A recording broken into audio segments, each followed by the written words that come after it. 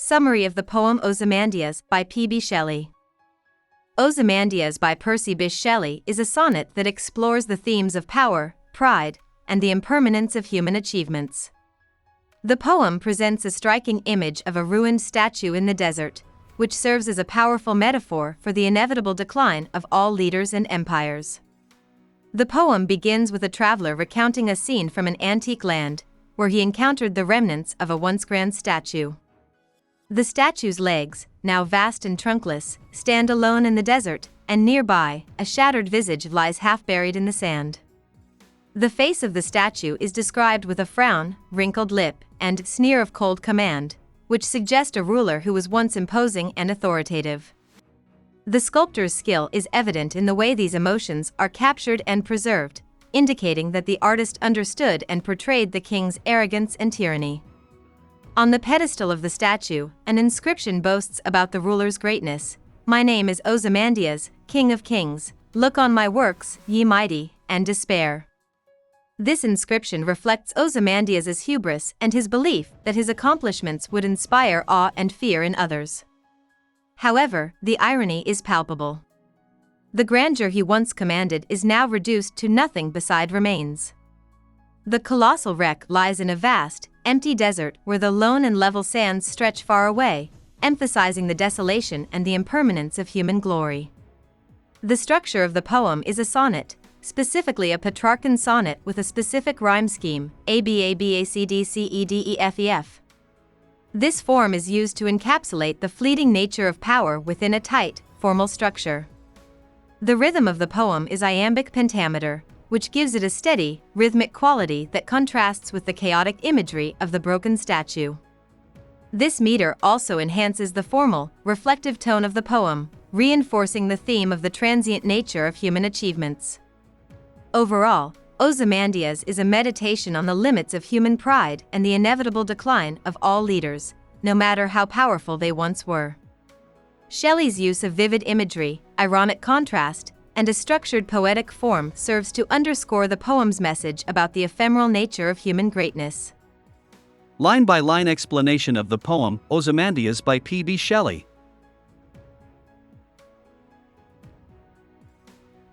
I met a traveler from an antique land. The poem begins with the speaker recounting an encounter with a traveler from an ancient place. The line is written in iambic pentameter, a rhythmic pattern consisting of 5 pairs of unstressed and stressed syllables. This meter provides a formal and reflective tone that suits the epic nature of the tale. The phrase antique land immediately sets the stage for a story from the distant past, suggesting a time long gone. Who said, "2 vast and trunkless legs of stone"? The traveler describes the remnants of a colossal statue, focusing on the 2 vast and trunkless legs of stone. The use of iambic pentameter continues, maintaining the poem's rhythmic consistency. The description of the legs as vast emphasizes their grandiosity, while trunkless indicates that the statue is incomplete, enhancing the theme of ruin and decay. Stand in the desert. Near them, on the sand. Here, the legs are situated in a desolate desert, with stand and sand providing a subtle rhyme that links the 2 lines together. The empty desert emphasizes the isolation and the abandonment of the statue, reinforcing the theme of desolation. The meter remains iambic pentameter, contributing to the poem's rhythmic flow and formal structure. Half sunk a shattered visage lies, whose frown? The traveler continues describing the statue, focusing on the shattered visage that is partially buried in the sand. The line's iambic pentameter rhythm reflects the gravity of the scene, while the word shattered vividly conveys the damage and ruin of the face.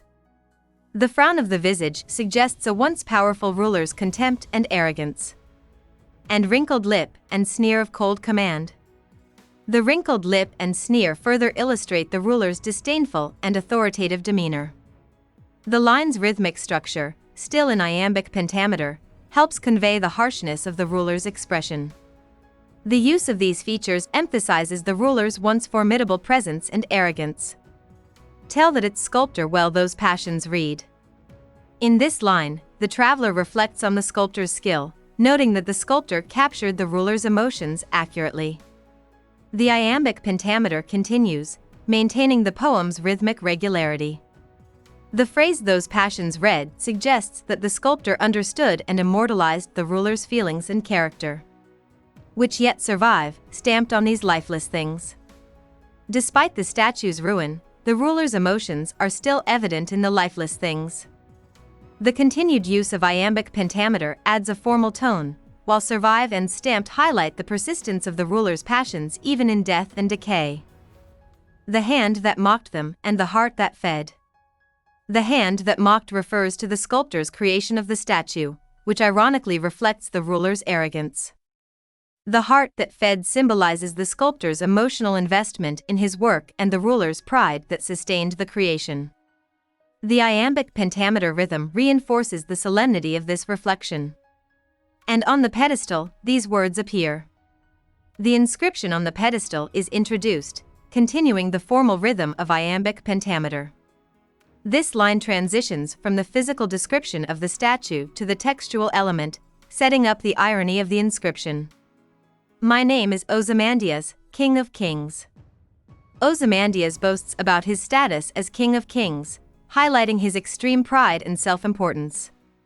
The line's iambic pentameter rhythm underscores the grandeur of his claim, making the ensuing irony even more pronounced. Look on my works, ye mighty, and despair. Ozymandias challenges others to look upon his achievements and despair. The iambic pentameter here serves to amplify the boastful tone of the inscription. The command "despair" is laden with irony, given the state of the ruins. Nothing beside remains. Round the decay. This line reveals the emptiness surrounding the statue, emphasizing the complete ruin of Ozymandias's works.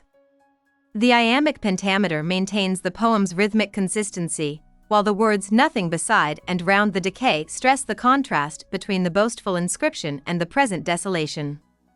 Of that colossal wreck, boundless and bare. Describes the statue as a colossal wreck, symbolizing the fall of the ruler's empire. The line's rhythm continues with iambic pentameter, and the words "boundless and bare" highlight the vast, empty landscape surrounding the ruins. The lone and level sands stretch far away. The poem concludes with the endless expanse of desert sands, emphasizing the isolation and insignificance of the ruined statue. The iambic pentameter rhythm remains, reinforcing the poem's formal structure and the theme of the transience of human achievements.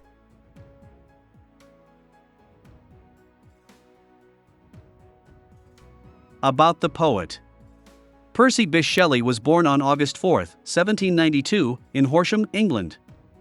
A major figure of the Romantic movement, Shelley is known for his radical ideas and revolutionary works that challenged political, social, and religious conventions. His poetry often reflects themes of individual freedom, nature, and the transient nature of human power.